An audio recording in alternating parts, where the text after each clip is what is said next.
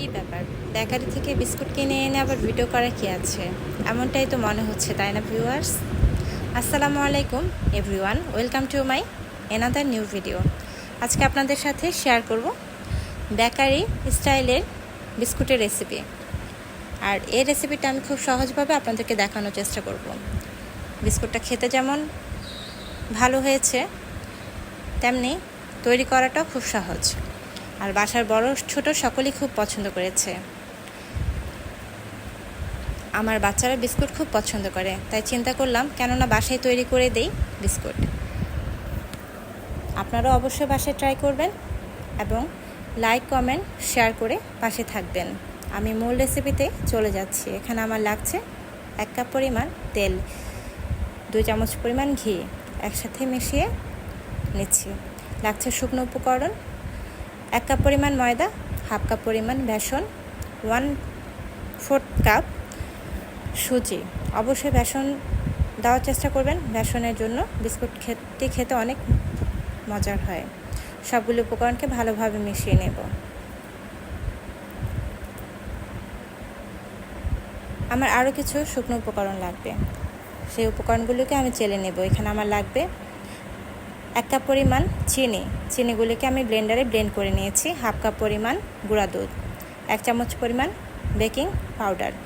আপনারা চাইলে বেকিং সোডাও ব্যবহার করতে পারেন, সেক্ষেত্রে 1/2 চামচ পরিমাণ বেকিং পাউডার, 1/2 চামচ পরিমাণ বেকিং সোডা ব্যবহার করবেন।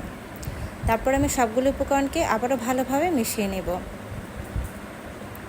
এরপর আমি যে তেল আর ঘি মিক্স করে রেখেছি সেগুলি দিয়ে ভালোভাবে মিশিয়ে নেব।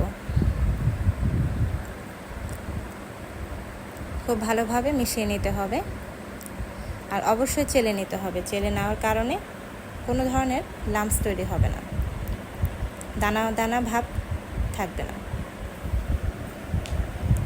আমি হাতের সাহায্যে খুব ভালোভাবে মিশিয়ে নিচ্ছি।